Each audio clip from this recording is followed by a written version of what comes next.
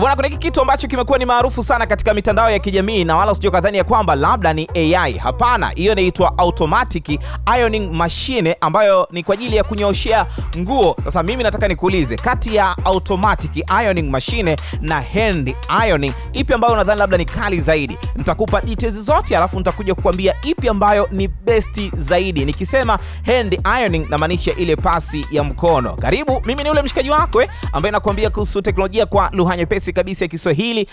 #nguvu tunasema tech ni Swahili. Siku zote wapo wengi sana watakwambia kuhusiana na teknolojia, lakini muulize ama jiulize, nani ambaye atakwambia kuhusu teknolojia kwa lugha nyepesi kabisa ukaelewa na wewe ukaenda kumwambia mwenzako? Ni mmoja tu Tanzania nzima. Mimi naitwa Snash. Karibu, leo nikwambie kuhusiana na hii device. Maana hii kama ambavyo nimekuambia ni automatic ironing machine, ni special kwa ajili ya kunyooshea nguo. Na jinsi ambavyo ilivyo inakuja katika mfumo ambao unaiassemble, yaani unakuta mashine chini alafu ndani kuna kama henga yake unaweka, baadaye inakuja ni kama material fulani ya nguo hivi unavalisha, alafu ndani unakuja kuvalisha nguo juu. Lakini pia inategemea unanyoosha nguo design gani. Kama ni suruali, ipo pia kitambara chake ambacho ni special kwa ajili ya kunyooshea suruali. Sasa jinsi ambavyo imetengenezwa, inanyoosha nguo kwa mvuke, lakini si kunyoosha nguo tu peke yake. Hii pia inakausha. Yaani kama ni nguo ambayo ina maji, ukiweka ndani ya sekunde kadhaa tu tayari hiyo nguo itakuwa imeshakauka, lakini pia itakuwa imenyooka katika kiwango cha hali ya juu sana. Imekuwa ni device ambayo watu wengi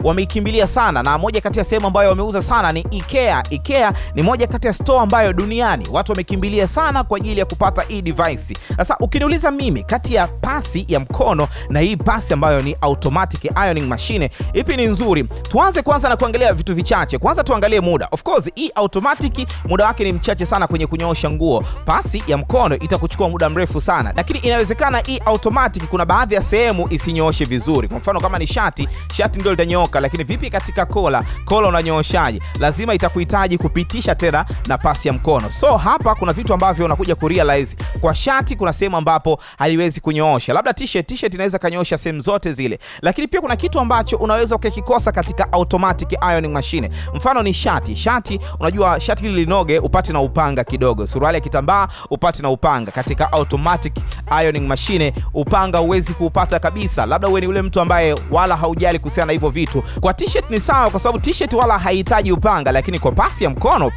of course unapata upanga ambao umenyooka katika standard ya kimataifa sana. Lakini pia katika matumizi ya umeme, ukija katika pasi ya mkono umeme wake ni mwingi sana kulinganisha na hii automatic ironing machine. Kwa hiyo hizi details fupi ambazo nimekupa, mimi binafsi naweza nikasema automatic ni nzuri kwa sababu ya kusolve muda, usitumie muda mwingi sana, lakini tatizo ni kwamba kuna sehemu ambazo huwezi kunyoosha, itakuhitaji pia kupitisha kidogo na pasi ya mkono. Sasa nakuachia wewe swali, uniambie wewe unadhani ipi ambayo ni best zaidi, pasi ya mkono ama hii ambayo umeiona hapa? Na ukiwa na hayo majibu, basi sehemu ya comment ni sehemu ambayo unatakiwa kukaa nayo muda wote. Mimi ni ule mshikaji wako wa siku zote, naitwa Snash, mtu pekee ambaye nakwambia kuhusu teknolojia kwa lugha nyepesi kabisa ya Kiswahili.